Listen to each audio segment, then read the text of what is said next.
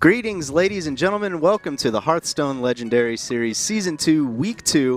I am Cameron Camdoza Reed, joined at the desk by TJ Asimo QD Sanders. How you doing, TJ? Doing great. Looking forward to some fantastic Hearthstone action today, and looking forward to standing next to this mustache all day. All day, every day. Now, let's just go ahead and address that big, giant elephant in the room. Who's the weirdo with the mustache sitting in Frodan's chair? Well, you all know my name now. What do? Well, I'm a creative producer here at ESL America, and I also direct a lot of the shows that you've watched that we've produced here. And I play a pretty decent game of Hearthstone, so they asked me to fill in for Frodan. Now, it is Season 2 now, and things have changed up a bit since Season 1. TJ, why don't you go ahead and break those changes down for us? Yeah, if you guys watched the Legendary Series Season 1, we had a Challenger Cup and a Legendary Series match day every single week. So this week we've sort of spread it out a little bit, made the Challenger Cups matter a little bit more. We have a Challenger Cup followed by the following week, which will be a Legendary Series match day. So instead of a total of 8 weeks, we'll have a total of 4 weeks of Legendary Series. Each week, we will have 6 players, the top 6 players from the previous week's Challenger Cup, combined with 2 players who will be invited, 2 players of exceptional skill and maybe some exceptional popularity as well, joining those 6 players for a total of 8. Now, the winner of every single week will get an automatic invite to the Legendary Series LAN Finals, which will happen on June 5th, 6th, and 7th. And, of course, with the new season Legendary Series, we have a new match format as well. That's going to be Conquest, which some of you may be familiar with. It is the now Blizzard sort of standardized format for competitive Hearthstone. It's a best of 5. Each player brings 3 unique decks, and in order to win the match, they have to win one game with all 3 of their decks. So it adds quite a bit more variety to the deck choices of these players. Yeah, gone are the days of just bringing Face Hunter and then 3-0ing your opponent in 10 or 15 minutes and never really giving them a chance because you just got amazing draws. Yeah. Now, of course, we do want to thank our sponsors, Plantronics and Gigabyte. Go ahead and follow those URLs down below to support the Hearthstone Legendary Series by decking out your own rig at home with a nice headset or a good motherboard.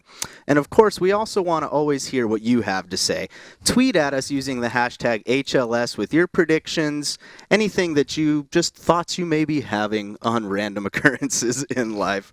Now, as always, we are giving away loads of goodies today. Including some packs. Yes, some packs, some classic packs. Go to esl.gg/legendary giveaway. You'll be able to enter some raffles for packs and Plantronics rig headsets. And there are classic packs, which are the most efficient packs. Yes. As Professor Osmo Cutie will tell you, the most efficient way to get legendaries is to win some classic packs. That's right. Don't underestimate the classic packs. Now, before we get started with Week 2's action, we did want to take a quick look back at Week 1 and recap Life Coach's amazing run to be our first player at the Season 2 LAN Final.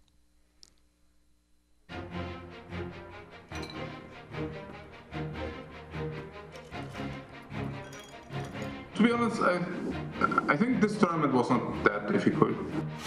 Hello, ladies and gentlemen, and welcome back to the ESL Hearthstone Legendary Series. A very tough matchup for Life Coach. Wow, lethal. Oh my gosh. Nice. Life Coach probably kicking himself in that one. But there were not that many difficult playing situations. It's not that it suddenly gets more difficult against a certain opponent. It's rather like either the playing situations are more difficult or not. Looks like Strivecrow is going to tie this series up. I mean, I try to think as much as possible with a given time, and also, of course, the preparation takes an important role. So I take a look at all the opponents of the tournament and analyze them completely throughout and analyze what classes they used to play. And then I will adjust all my decks and all my tech choices regarding my expectations. And he's going to reclaim his throne as, I guess, the unofficial #1 player. Yeah, sometimes you get to spots where you're not comfortable with because you just, like, they are rare, for example, and then you have to think. The mind is everything the human has, so I'm really trying to build and improve my mind every day. If you say, okay, I want to analyze every situation as much as possible until I come to a very clear conclusion, yeah, then you can simply play Hearthstone and get better.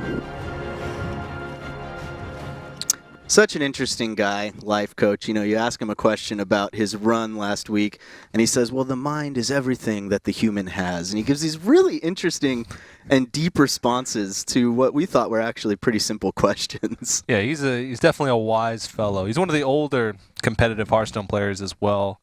Recently just made it his full-time job, basically, to play Hearthstone, so not surprised he's making those philosophical quotes already. He's like the father of competitive Hearthstone. Yes.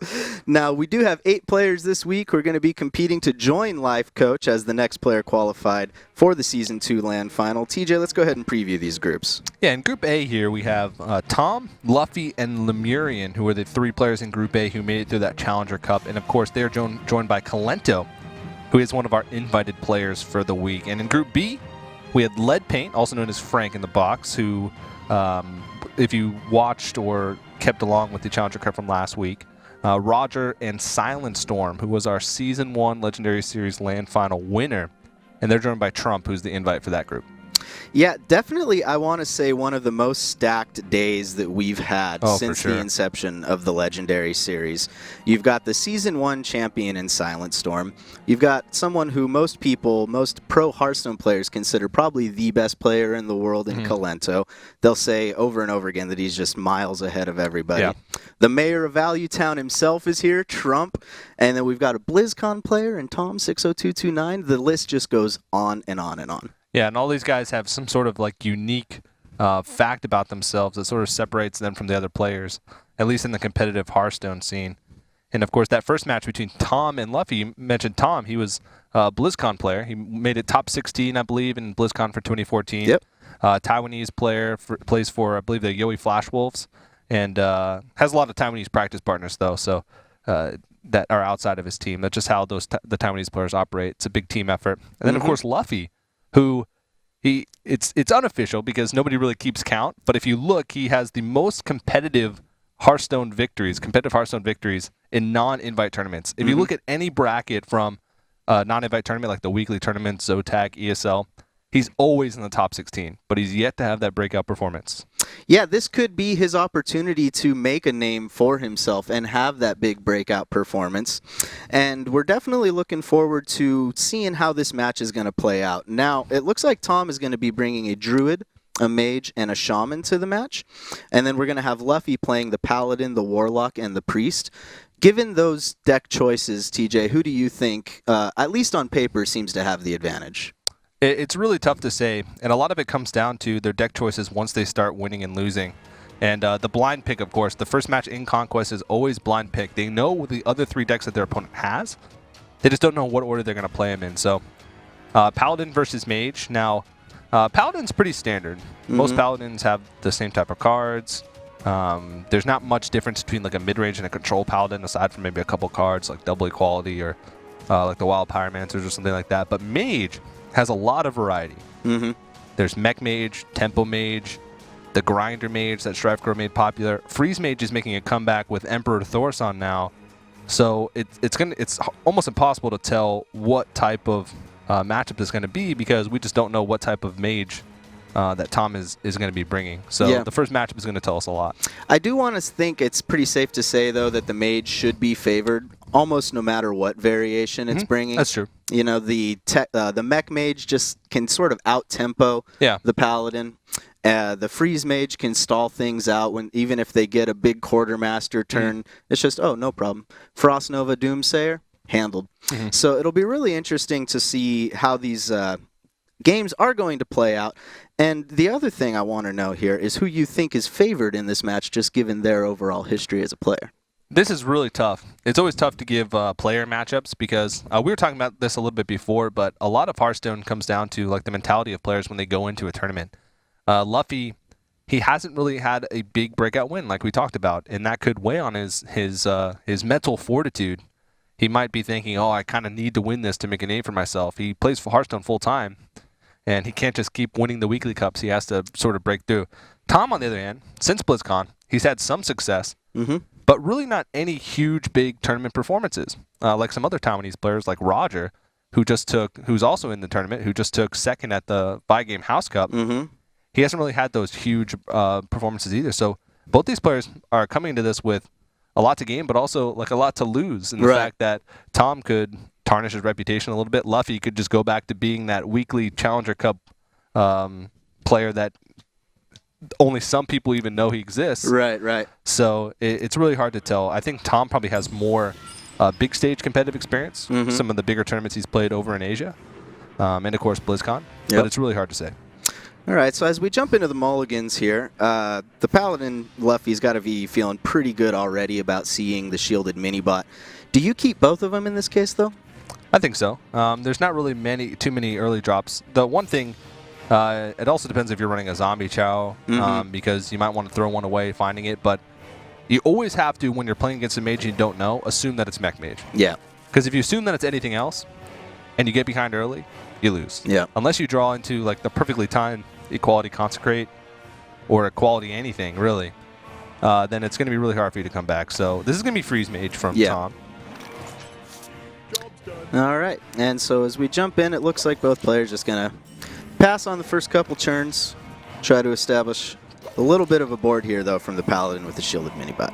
Yeah, now this matchup, it's pretty slow pace, but a couple big cards here. I'm a little bit surprised. Well, actually, I'm not surprised since he didn't know what the deck was. If he knew this was Freeze Mage, I'm sure he would have held on to that Lothep. Absolutely. But Lay on Hands is actually a fantastic card to have in this matchup because it's something that you really need to save until after the Alexstrasza comes. Because you can play Lay on Hands and then the following turn play Lothep plus like an anti-Keel bot, and you that pretty much wins you the game because usually Freeze Mages just don't have enough damage unless they get a fantastic Archmage Antonidas to push through that much heal. So it's going to be some key cards that are going to win this. And it's how long is it going to take him to realize that this is Freeze Mage? I'm sure he realized it already. I think with the ping pass, I think he knows absolutely that it's a Freeze Mage. Or it's like the Mech Mage that got Dr. Boom and Archmage Antonidas and the Goblin Blast Mages in his opening hand, which is terrible start, but it usually never happens. Yeah. So now I think we're probably just going to wind up, seeing the Acolyte of Pain. Probably guaranteed to get at least 2 draws, at least looking at the board. So that feels pretty good. And Luffy doesn't really have a turn that feels that great right now. Yeah, I mean, at this point you sort of just have to realize that he's going to get 2 draws pretty much no matter what. Even if he had like an Owl, it's really hard to use an Owl early on an Acolyte of Pain because Freeze Mage usually has so many ways to draw into cards anyway. Right. That Owl will probably be better spent using on a Doomsayer to protect your board later on in the game. You can't really afford to deny 1 drop from him and risk putting yourselves in rougher situations later on. So he doesn't even hold off on the hero power, which sometimes you might think of to maybe try and deny a third draw. But this time he just goes for it because what else is he going to do? Right. Yeah, next turn he can always just bounce one of those mini-bots off it to deny 3 draws out of it. And we just see the Ice Barrier going up. Yeah, Emperor Thorsan could be pretty big. It's one of the reasons why Freeze Mage is making a comeback because there are so many cards that have huge impact, even if they cost just 1 mana less. It lets you be able to fit in so much more. Archmage Antonidas, if that costs 1 less, all of a sudden you can fit in on turn 10 Archmage Antonidas plus a Fireball. Or if you had a Fireball and you have the coin still on turn 10, Archmage Antonidas, coin, Fireball, Frostbolt. Ice Lances cost 0 all of a sudden. Oh, yeah. Like you could put out Burst and all of a sudden refill your hand. There's just so many possibilities. Alexstrasza a turn earlier. Bigger burst potential after the Alexstrasza comes down. The card just fits so well into Freeze Mage that I'm not surprised it's starting to make a comeback. So a pretty clear Belcher turn there for Luffy. Now, do you think we're going to see him go ahead and coin Thorsan right now? Looks like it. Yeah, he has enough high-impact cards in his hand to be able to make use of it. There would be an argument to saving the coin for basically turning the coin into a Fireball because he already has Archmage in his hand. But Alexstrasza costing 1 less, knowing that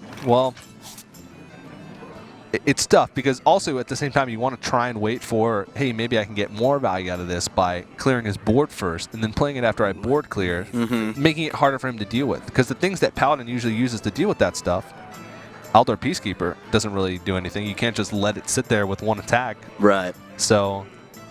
Yeah, and that's always, I've noticed, although Thorsan's only been out for about a week and a half now, I've noticed that if you can get rid of him immediately, it's scary, but it's not so terrible.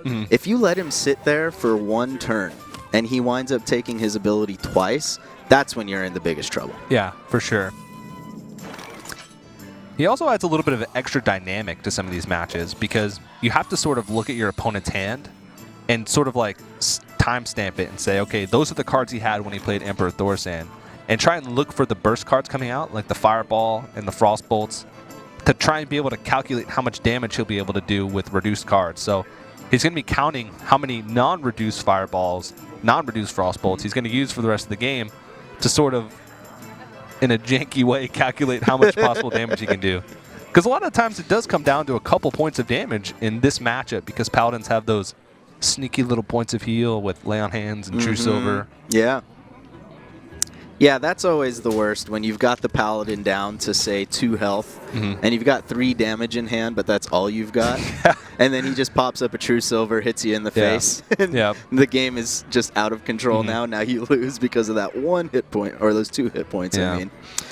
So the Paladin, I don't just love any of his plays here. What is he going to try to do, though? Just sort of race and try to pop that block as quickly as possible? He has to at this point.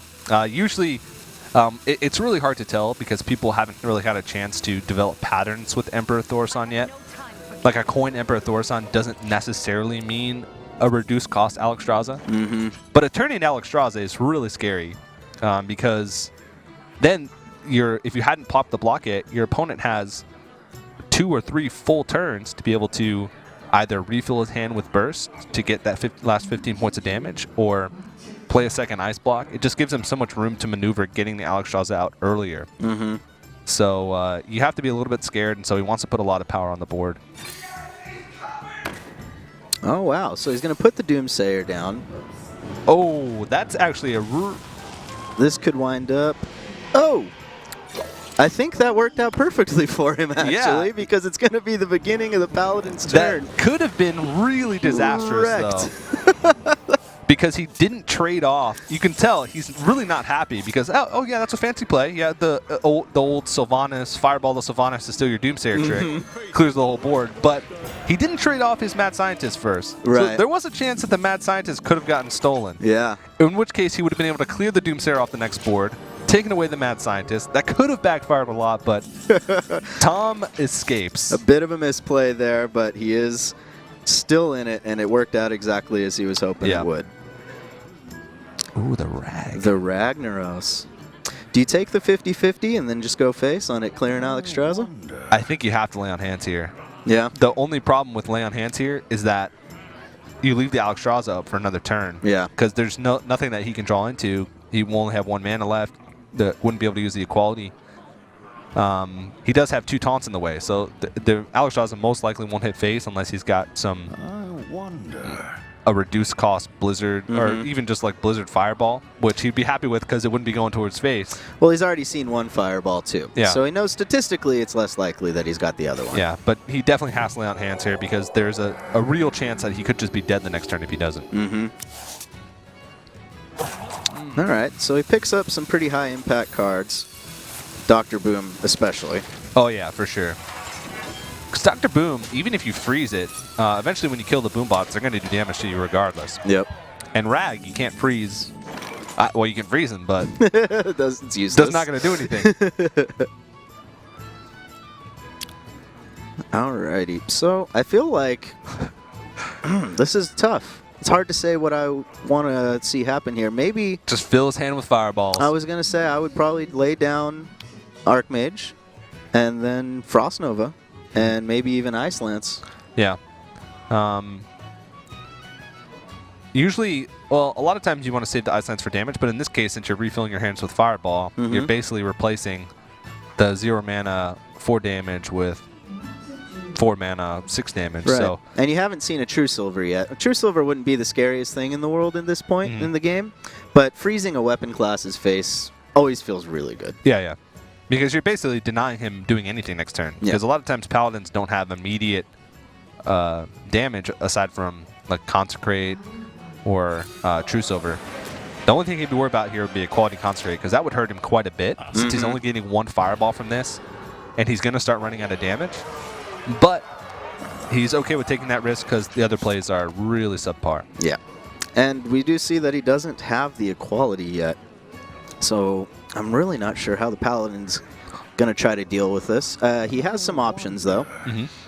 He could throw down Dr. Boom, giving obvious value there. Oh, or he could just YOLO rag it and hope it clears one of those targets instead of hitting the face.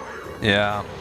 Rag, great card against Freeze Mage, but not usually when you're behind. Leaving Archmage Antonidas potentially on the board for one extra turn after Alexstrasza.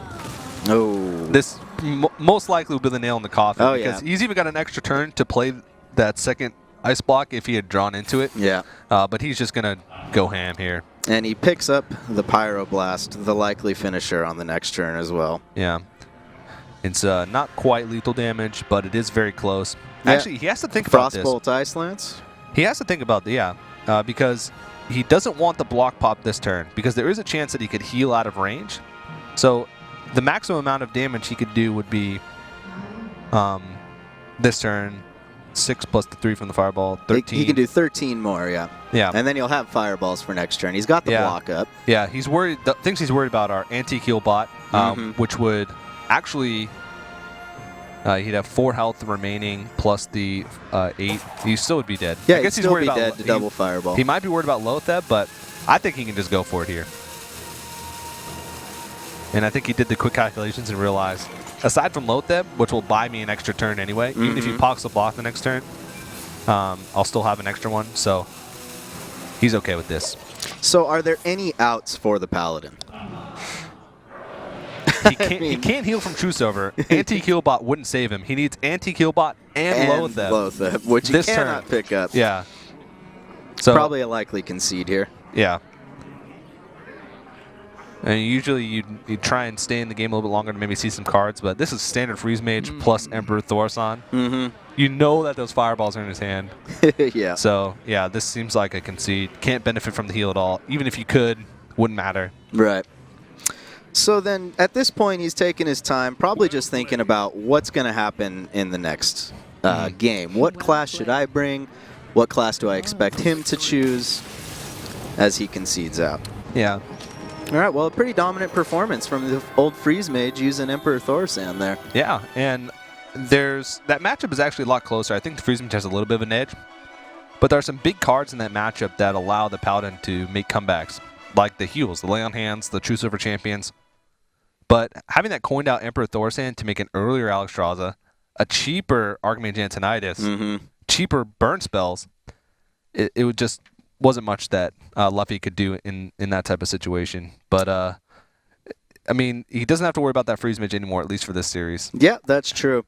So Emperor Thorsan is a card I think we'd be remiss not to spend a little bit of time talking about. For sure. I think he's definitely the new controversial card, if you want to call him the new Dr. Boom in that regard. But what's interesting about it, as I've talked to several people about it, Life Coach and GCT Turth among them, and I seem to be getting these differing opinions. For instance, Life Coach says, oh, it's the easiest card to play in the world, and it's immediate, insane impact. You just play it as soon as you have the mana to. And it increases your win rate. Yeah. But then there's other players like Luffy was saying that he was just chewing kids up who were trying to use Thorsan. Yeah, Luffy said that he basically made it to today because people were overvaluing Emperor Thorsan in a lot of decks. And he said he preyed on Druids especially, who cut things like Sylvanas or like Second Force in Nature to put in Emperor Thorsan because it just was too slow. Yep. But, I mean, it's really early to tell. I mean, it's sort of the story we're talking about a little bit earlier before the broadcast. The story of, like, Trogzor or even Bomb Lobber, who was sort of a controversial card at the beginning. Some players were saying, oh, it's going to be an auto-include in a lot of decks because the immediate impact it has on a board. Right. It's really only seen in Arena and maybe, like, Control Warrior. So there's a lot of debate about cards, and it doesn't really get fleshed out until... Now we've seen it for a couple weeks, so this is going to be a good test today. But I think it works fantastically in combo decks, like the Freeze Mage, Oil Rogue, Combo Druid. But we'll have to see for others. All right. So Luffy going to stick to the Paladin. Yeah. How do you feel about that matchup versus a Shaman? It's kind of a 50-50, isn't it? Sort of. I'd say so. I'd actually give a little bit of edge to the Paladin. Just because Shamans, I mean, one of the reasons why Shamans aren't considered to be as strong as other classes right now is the high amount of variance that they have. you can't make mistakes as a shaman. Right. But you have a lot of leeway with other classes to make a couple mistakes and still be able to come back. The consistency of their draws is really important. They have to have a really good curve in order to take victories. And the overload mechanic can sometimes put them way far behind early on if they're forced to use an early storm or early feral spirits. Well, it can also give them insane tempo early, though. It Because can. The whole concept is you're getting more mana value than what you're spending right now. It can, but against a lot of decks right now, you can't afford to like skip a turn effectively. Right. And so it's just not as consistent as other decks, and that's why it probably isn't used as much. But the Taiwanese players love Shaman. Yeah. If you look back to Pin Ho from his run last season in the Legendary Series, Roger and Tom, both the players today, always bring Shaman to just about everything. The Taiwanese players at the Legendary Series Finals last season both brought Mech Shaman.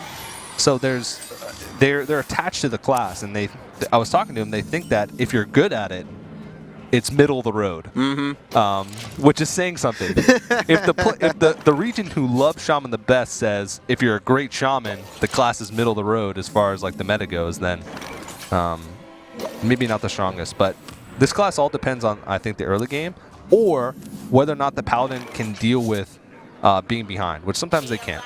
Well, I love this hand that Luffy's got right now. He can potentially coin out a piloted shredder next turn, follow it up with another piloted shredder. He can get just early muster for battle value out there, which is always just a nightmare to deal with if you don't have your AoE. So much value for muster. And I'm looking at Tom's hand, and I don't know, Feral Spirit doesn't feel very good right now, although you could always follow it up with Flame Tongue. He's thinking about whether or not he wants to Earthshock here, because Earthshock would straight up kill that mini bot. But he wouldn't have a good follow play. He could Totem, and the next turn he'd have like Feral Spirit Rockbiter as his only play. Yeah. Which seems weak. He's thinking, what could I expect from turn 3 from this guy? Right. Maybe Acolyte of Pain, probably thinking about that coin Powder Shredder, and what kind of position would I be in? So he realizes that maybe I should save that Earthshock for that Acolyte or save the Earthshock later on for the Tyrion. Yeah. And hold on to it for now because Feral Spirit's still a strong play against Shield and Minibot. All right. So he's just going to muster for battle here and take down one of those puppies. A literal puppy. Love those puppies. Yeah. A lot of players have been cutting Feral Spirits from Shaman decks. Cutting one, sometimes even cutting both, just because a lot of the popular cards right now trade actually pretty well into Feral Spirits and make the mana cost not so great. Like 3 mana Feral Spirits plus the Overload for the following turn usually doesn't even trade into like a Piloted Shredder. Right. The first entity of a Piloted Shredder. Yeah. Let alone let alone Millhouse Mana Storm. Yeah, exactly. Every time. Yeah. So it can be a really inconsistent card, but it does buy you time. And if you have cards like Flame Tongue Totem to buff them up, or if you can play it on an open board and really be able to dictate the pace of the board, then it can be good. So I think he's actually more worried about the Coin Quartermaster there, choosing to take out the Silverhand Recruit instead of the Minibot. Yeah. Well, and it also brings his Feral Spirit back up to full health, so it's like basically there was never a Silverhand Recruit there at all. But yeah, the Coin Quartermaster is that's one of the reasons why Paladins are so strong. Paladins could cut Quartermaster. People would still play around Quartermaster. They'd still play around it, yeah. It's that big of a threat. Yeah, so it forces people. It's like it makes your hero power stronger, just the existence of Quartermaster. So there's where he's going to save the Earthshock for. And I feel a lot better about that than using it on a shielded Minibot. Yeah, see, this is where I think that Shamans fall short is their cards are terribly inefficient if you don't have the right answers at the right time. Yeah, like even in that case, he's able to deny the Piloted Shredder a second iteration, but it still trades 2 for 1. Yeah. He soaks up a Rockbiter and an Earthshock. Exactly. Now, the one thing that they can do is that their boards, once they build them, are really hard to deal with. Because Flame Tongue Totem, even like Manatite Totem, that 3 health mark, are super awkward. See, this is where I always feel terrible playing against Shaman. When I have to use something like an Equality or a Consecration, and mostly all I'm dealing with are like totems. Yeah. But that's how you win against Shaman, because if they lose their board and you see them trading 2 for 1 because they're trying to get that preserve their board. You know that you can be liberal with your removal because you know that there's not going to be that much on the other end. Next turn, they're probably going to totem up and maybe play a really small creature. And so if you can clear the board and hold on to it, Shamans don't really have a comeback mechanic. Yeah, other than maybe just a huge lightning storm. Yeah, like a Azure Drake, roll a spell power totem into a lightning storm. But that's when the stars align, and I don't know, Shamans don't really like stars, I guess. Who doesn't like stars? I hate stars. Okay, so I'm pretty sure this is going to be what I would probably Sylvanas here if I was in this situation.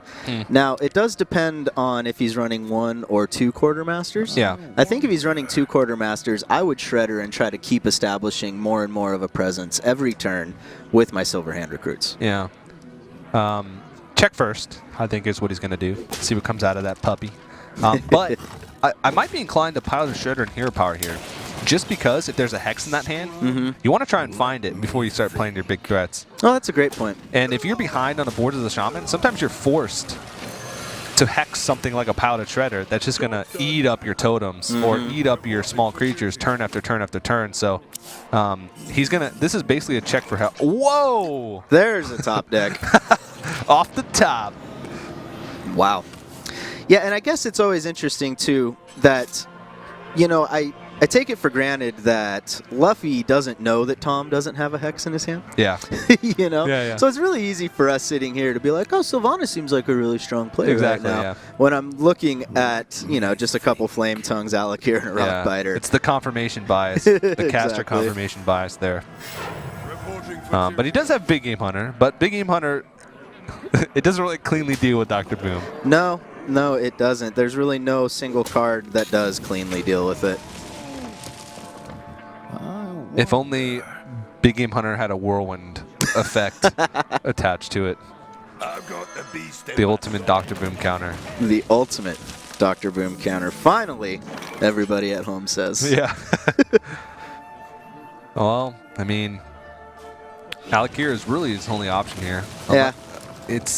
It's a weak Alakir because he's starting to run out of threats. I mean, he probably runs Neptulon. I was actually talking to Tom yesterday. He said his favorite card is Neptulon. It fits because his favorite class is Shaman, as most Taiwanese players will tell you. And but that's a long shot because he has only been through maybe half his deck, probably not even.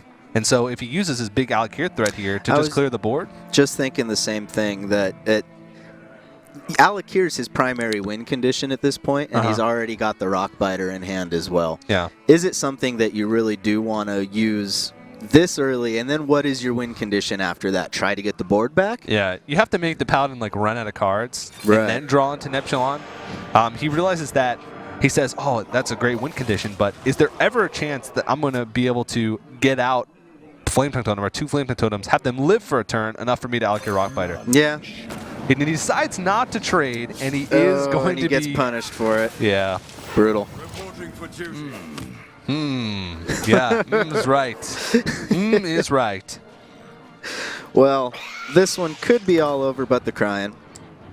But we will see if he's able to pick up some pretty insane draws. It'd have to be probably a runner Lightning Storm. Like Azure Drake. Azure Drake into Lightning Storm. Into Lightning Storm. Azure Drake survives. Next turn, Azure Drake into the second Lightning Storm. Yeah, it's looking really grim. And I mean, this is what happens when you draw into a lot of your answers early on. You sort of need to be proactive as a Shaman and then draw into your answers in the mid game and then draw into your threats in the late game. That's why I said it's hard to be successful as a Shaman. The variance is so high because your curve matters so much.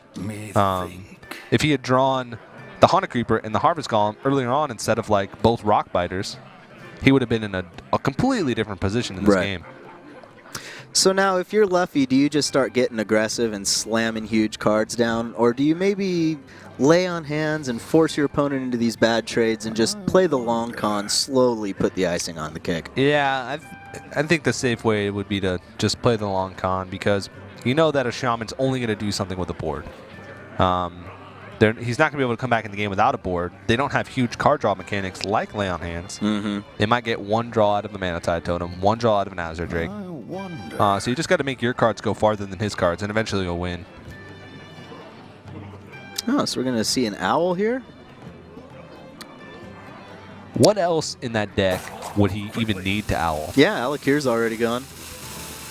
I'm trying to think of what there is. A Sludge Belcher, I guess, if there's even a Sludge Belcher in there? It would be fantastic if you could silence an Epsilon and have it remove all the Murlocs from your opponent's hand. Now, there is one thing that could possibly happen is the most insane Neptulon roll of all time. You get a couple war leaders, so all of a sudden you've got like 4, 6, 7s. Yeah. Oh, man. Neptulon is... That's what a lot of players say Neptulon's their favorite card, just because you're pulling cards from nowhere. Yeah. You basically have 34 cards in your deck. And those cards can be pretty potent. Mm-hmm. Absolutely. Even Bluegill Warrior. That's a Bluegill Warrior that you didn't have in your deck before. The Bluegill Warrior. Always underestimated. Mm-hmm. That's that one card that I always see it hit the board if someone actually is playing it. Yeah. And I think like, oh, lol, he's playing a Bluegill Warrior. How adorable. I've got this. But then I realized, wait a second. That just traded up with something I really didn't want to. Oh my gosh, am I going to lose this? What? Or he surrounds it, 2 Flame Totems on either side, and then like a wind speaker. And it like domes your face for 12. Yeah, the dream. Rarely happens like that. Normally, when I played Shaman, I played Neptulon and then like I got BGH and I died the next turn. That's my experience with Neptulon. So a little bit of BM, a little bit of well-met action from Luffy as he realizes he's got this one completely on lock. Oh, the concede. All right, and he evens up the series. Yeah, no. That was a pretty straightforward. A lot of Shaman games just go like that. It's just the Shaman just slowly losing. Mm-hmm. And or they win early or they slowly lose. It seems like that. I was hyped last week when he was talking about the Shaman matchups. He said, oh, you get Haunted Creeper in your opening hand? Oh, Shaman wins. And you don't get a Haunted Creeper or Harvest Golem or any of those early bodies in your opening hand. It's just so hard to make efficient use of your cards and be able to build up enough of a board for you to get in the lead at some point. So, rough stuff. So if you're Tom, you know that up next you're going to be either playing a Warlock or a Priest, depending on what Luffy chooses to bring.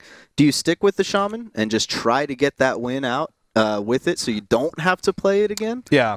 I think the best strategy for Conquest is to play your weaker decks first, is to get your weaker decks out of the way first, because if you can pick up the wins with your weaker classes earlier on, then it makes it easier for you to match up later on when you can only play one deck. Mm-hmm. So like if you save your weakest class for last, Shaman, who has the most bad matchups, if you don't find a win and your opponent has the option to choose different decks to play against it, it could be really hard for you to pick up that last win.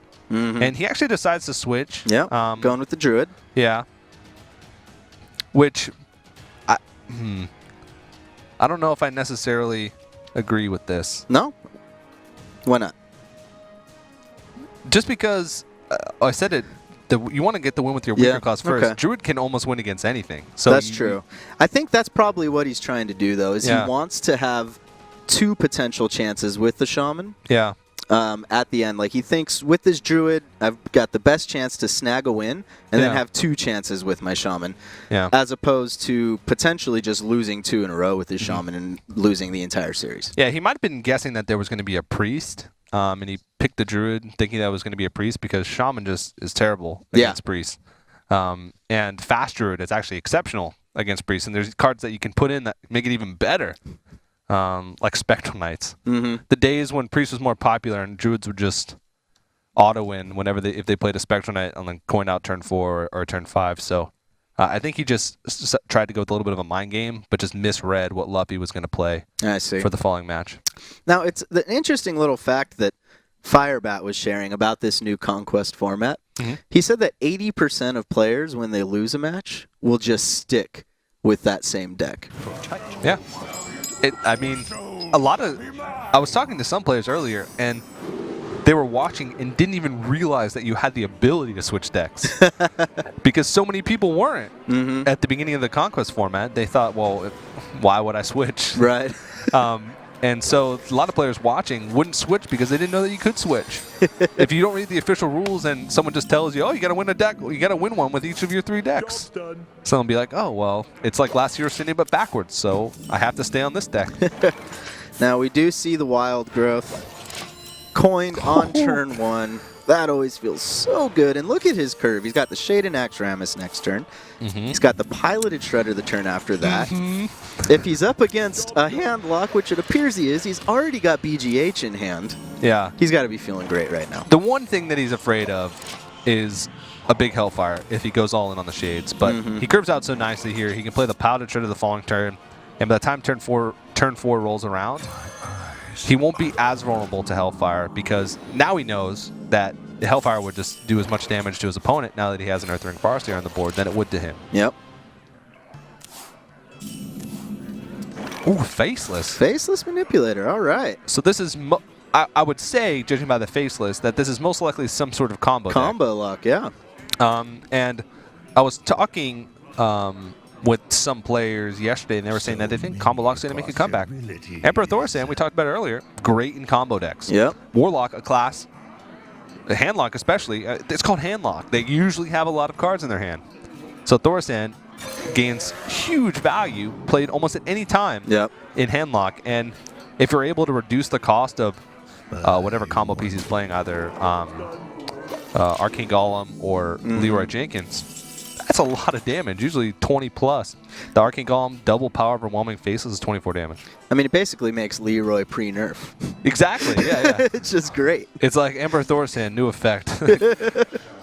Go back in time 4 patches. So, no respect for the Mortal Coil there on his Shade.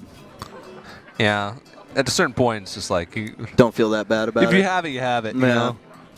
I ain't even mad. It does tell him one thing, though, that he doesn't have the Keeper, which could be a big tell for... Because that's almost an automatic play. It might have been a little awkward there just because it was he only had 5 mana, so he couldn't Keeper hero power. But most likely he would have Keepered it anyway, just so it wouldn't be able to trade and still live. Right. Or trade Shadow Flame, something like that, which would be really devastating for his board at this point. Yeah, but he doesn't have the Shadow Flame at this point. Hellfire, I mean, I guess it's probably your best bet. Yeah. Clears the board except for the nice little youthful Brewmaster there, but you do have to also trade out your Drake. Yeah. That's a pretty above average Paladin Shredder.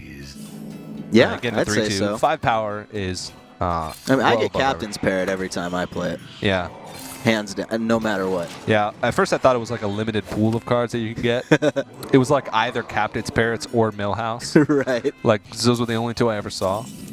The day that I got like a Bluegill Warrior, I was like, what? Was that the same day that you kind of automatically ended turn before realizing that it was a 2-1 with charge? Yeah, and you miss out on 2 damage? Oh, sweet, a Bluegill Warrior. End turn. Whoops. Oh, no. Mistakes were made. Yeah. So the question here is Dr. Boom or Ancient of Lore for me. I mean, it's pretty traditional to put down Dr. Boom right on turn 7. And he does already have Savage Roar, though, which is what's making me think maybe I'd just start fishing for the combo. Yeah. And it can feel good to do that. But if you know that you have the draw, you know that you're going to get the draw, playing the threats first is usually better. Because usually your opponent's going to be playing reactively the next turn. Right. Playing the Ancient of Lore is sort of taking a passive stance, which you can't really do in Handlock as Druid because you need to always be threatening combo damage. You need to always be threatening something. And so taking that passive turn, you want to force your opponent to be reactive this turn so that we have a little bit more leeway to play and draw cards the following turn. Rag is... Ragnaros, making a comeback. It's such an awkward card to play against the Handlock, though, because you don't want to hit face a couple turns. Just give him a couple free Moltons. Give him a couple free Moltons, yep. Controlled damage is the way you win games as a Druid against the Handlock, because you want to always have a board and be threatening lethal with combo, but never get close enough to make it so that he can play Molten Giants and Shadow Flame or do fancy Handlock things. See, now I may be mistaken in this philosophy, but I've basically stopped playing around Molten Giants. The way I look at it is, if you've got them both in your hand, you probably win anyway. So let's just find out. Yeah. I think a lot of players play like that too. You're not alone. Yeah. But it just, I don't know. I always play safe. I'm a boring Hearthstone player. I never play safe, man. I'm always just, what's the most YOLO thing I can do right now? Yeah. YOLO move that I made, Emperor Thorsan, coin, double innervate, Thorsan. Boom. Whoa! I just wanted to. I saw it and I was like, it's not a good play, but I'm going to do it. I have no cards left. And I won the game too. Emperor Thorsan's not even reducing anything. It was awesome. It was completely awesome. But then it's impossible for them to deal with, Yeah, it was so a anything you draw. 5-5 that early in the game. What are you going to do? Yeah, true. Very true. Yeah, I was against a mage. And I basically looked at the situation. I was like, realistically, what's he going to do? Frostbolt it to prevent 5 to the face? Yeah. That doesn't feel that great. He's probably going to wait until turn 4 and use a fireball. Yeah.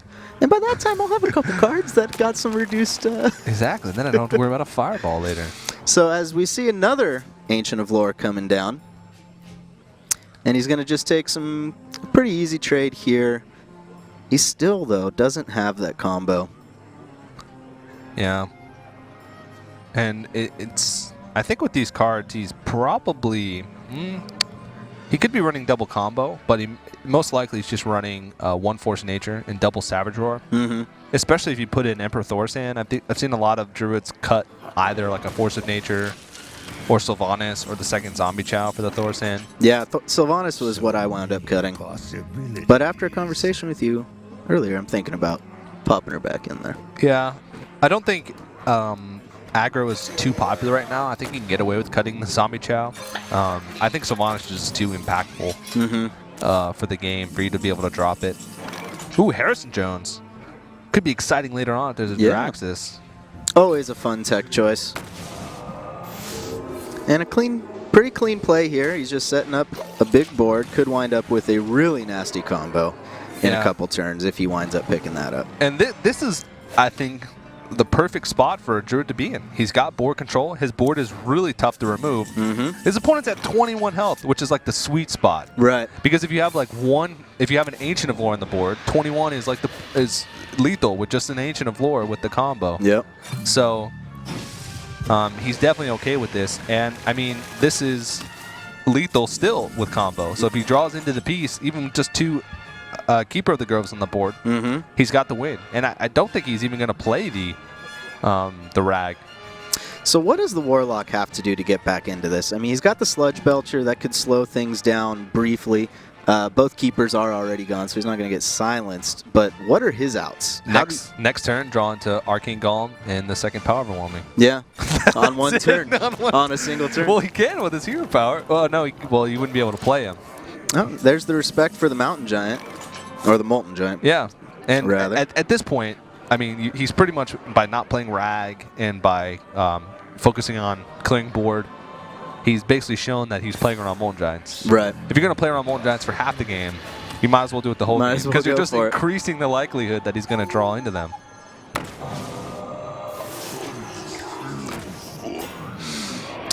Yeah, he's going to have a couple really strong top decks here in order to get back into this. Yeah. Well, this is potentially lethal. It'd be a 50-50. Because he could... So you clear the Sludge Belcher. Oh, no, I think it is lethal. No, it is lethal. Yeah, with Swipe. Yeah. I was thinking of with the Ragnaros, but I think this is a cleaner way. I didn't do the math, but I'm sure he did. Caster math. We're the best. Yeah, okay, there we go. Always spotting lethal. No. Right on time. Yeah, okay. We're good. He got it. We got it. We got it. I spotted lethal in a different way, so. But we'll just say that I have a creative mind. Yeah, there you go. That's why casters miss lethal, because they just have, their minds are just too creative. We'll go with that. Yeah, let's just go with that. Yeah. Well, he's going to take a second game up. Yep. And so now this is the situation that I was talking about earlier, where now he's got 2 chances with his Shaman. Feels pretty good for a class that could have potentially just lost every single game he played to have more chances to win with it. Yeah, so it was a pretty good read by him. I mean, if Luffy had decided to go with Priest, it would have been a good choice. And Warlock, I mean, either one of those decks could have done well with Warlock. So now he's going to have fun with that Shaman. Against Warlock, it's okay. He's got a lot of answers to big threats. He's got Earthshock for Twilight Drakes. He's got the Hexes for the Giants. There's a lot of ways for Shamans to deal with it and then do burst damage. So I think he makes the expected choice in going with the Priest here. Of course. To match up against the Shaman, the deck he knows he's up against. And hoping to force a Game 5 in this first match of Week 2. This is one of the tougher matchups in Hearthstone right now. It's one of the most lopsided. There's not many matches that you can give more than like a 60-40. Right. But I'd say this is 70-30, maybe even 80-20 in favor of the Priest. The only other matchups that have worse percentages than that is like Freeze Mage against Control Warrior. Yeah. Which it's like 99-1 in favor of the Control Warrior. You can literally just sit there and armor up every turn. Don't even have to play cards. You can just burn cards. No problem. As long as you tab back into Hearthstone and press armor up every turn, he doesn't have enough time to just draw into everything. Right. So you're not even playing against the Freeze Mage. The Freeze Mage is playing against himself in that situation. Yeah, now in this situation, the Priest just has amazing answers to just about everything that Shaman runs. You have Shadow Madness for a lot of their smaller minions that tend to have 2 attack or so. You've got Alkanized Circle. You've got Holy Nova. As we can see, he's running a Light Bomb. Yeah, it's kind of gross sometimes. The Alkanized Circle is usually just the nail in the coffin for Shamans. If a Shaman builds up a board and then loses that board, if they use a lot of resources to build up and then lose it, it's pretty much game over. Right. Because they don't have enough cards, enough value out of each one of their cards, enough individual efficiency to deal with what the Priest is going to put out after they remove, plus build up another board that's big enough. And the choices for Priest are usually pretty easy because Shadow or Death, the only real target is Fire Elemental. And other than that, it's like if they build a big board, just clear it with anything. Holy Nova, Pyromancers, Alkanized Circle. Wow, nice timing to pick up the Earthshock. Yeah. So how do you feel about that play by Luffy? Because versus a Shaman, I'll almost never throw down the Cleric until I know it's going to get me some value. Yeah, I think he's pretty happy with Earthshock being thrown out there, though. I would only throw out the Cleric if I have a powered shield with it. Because otherwise it just will most likely get rock-bitered. Right. And the best case scenario for you is that he doesn't have anything. He totems up, gets a Searing Totem, and then you get a free card the next turn. This is really his only play. I mean, it's putting a powered shield on a 1/2 silence Cleric is pretty weak. But he wasn't happy with his hand, I guess, and decides to just draw into the card now. Yeah. So on this turn, do we see the Blade Master? Because he doesn't have an opportunity to heal it. Although it does soak up 2 hits from both of the puppies. So you want your Blade Master to live longer than that. But then again, getting both of the puppies with a single card always feels really good as well. Yeah, I would Shadow with Pain, because next turn is almost certainly going to be an injured Blade Master, Light of the Naru. You know he's not going to really build up a board the following turn. Yeah. So next turn, well, ideally, you'd have your Cleric still alive, injured Blade Master, plus the Light Warden from the Light of the Naru. Right.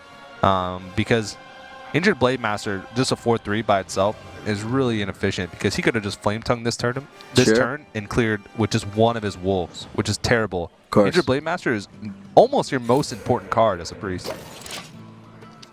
Yeah, it just has the power to trade so efficiently, and coupled with your hero power and Circle of Healing, Light of the Naru. Ooh, Death Lord. Huh. That's an edgy tech choice. Huh. I like it. This could be the... Oh, man. I guess the Asian version of the priest, which is a lot of players over there and on the ladder run the Death Lord with the Velen's Chosen, which is almost impossible to deal with. It's like a 4/12. which is huge. And a 4-12 taunt that you can put out on like turn 4. It's like, insane. what do I do? Yeah. But it's also pretty good because later in the game, in control matchups, a lot of times priest games go to fatigue. And so if you play a Death Lord late in the game, when your opponent doesn't have any like creatures left, and it doesn't have any negative drawbacks, like it's not going to put a creature on the board, a 2/8 that's going to block a bunch of damage is fantastic value, and it's going to be able to keep you alive for more turns. So it's an interesting tech choice. I'm not sure how confident he is in playing it in the Shaman matchup, because I don't know if he wants to have to do with like an Alakir on the board or something like that, because Shaman's very like spell heavy, but we'll have to see. Well, he could wind up throwing it down this turn after he's going to ping and then probably trade in his Akanai into the Azure Drake. You can actually Or Light of the Naru. Yeah. Yeah. And then that's much cleaner. Yeah, and he gets a Light Warden out of it too. Beautiful. It was always the interaction between Light of the Naru and Akanai Soul Priest with like summoning the Light Warden always confused me. Yeah, is it still injured if it's dead? No. Maybe it's not like, since the card text is backwards already, like Akanai Soul Priest is like, oh, it does damage instead. Well, maybe instead of if it's still injured, it means like if it's just dead, because the card text is backwards as it is. But well, Holy Fire? yeah.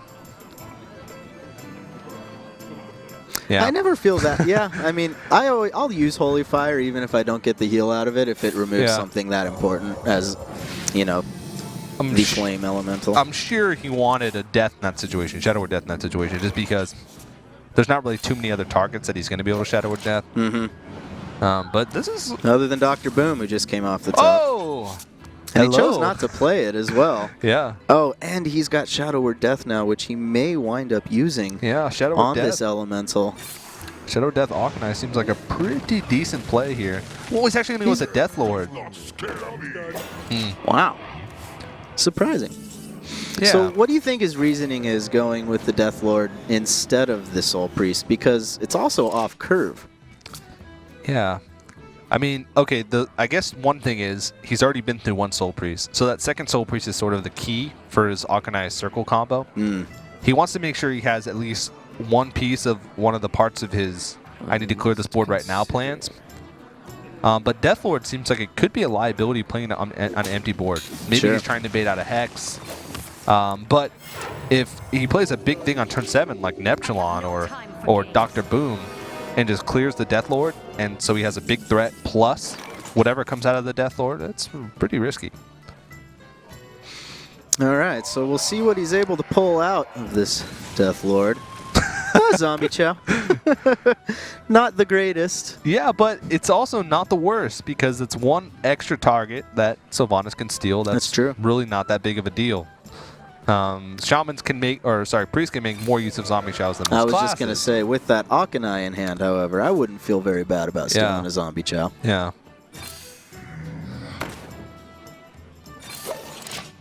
And Sylvanas is still really problematic. Shamans usually have the best ways to deal with it because they have Hex, Earthshock, they can flood the board with totems or spiders.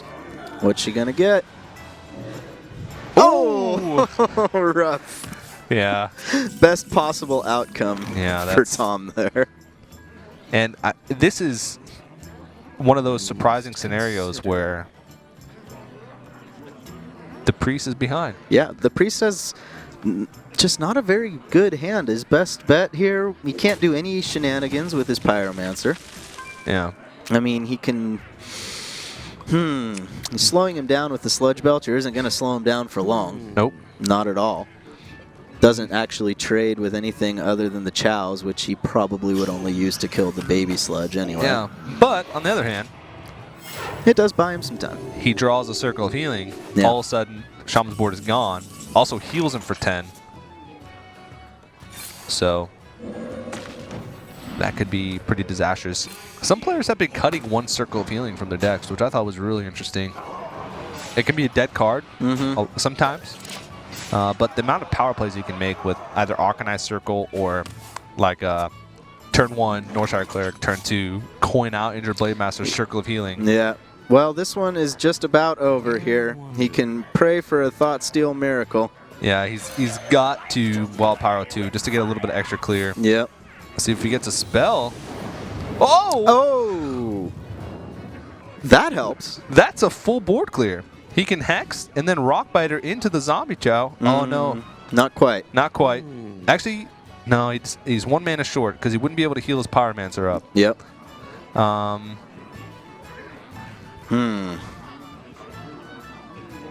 So let's see. If he were to Rockbiter the Zombie Chow, that would bring him to 23 health. Mm-hmm. And then on the board, you've got, is that 16 damage facing? Plus you've got Alakir in hand, which would be another 6, 22. Yeah. I think he needs to You got a Hex here. Yeah. Because he knows that those Zombie Chows aren't really going to get silenced. He's not going to be able to turn those into damage. So he can sort of just like put those in the bank and say, okay, that'll be a 10-point heal. Let's take as much damage as I possibly can off the board right now. Yeah. But that's... Oh, it's just a little bit short. He has 12 damage. He has a total of 18 damage right now with the Alakir. Not quite. Yep, just going to set it up. Continue to just dominate the board right now and kind of dare the Priest to have the Akanai Circle combo. Yeah. Which he doesn't get. And so that should be about GG right here. Effectively useless card. Now, how much could he possibly heal this turn? If he Rockbiters the first Zombie Chow and then Akanai and heals the second one, he'll still be alive. Depending on the top deck from the Shaman, yeah, if he gets like a second Rockbiter with Alakir, Flametongue Totem. obviously.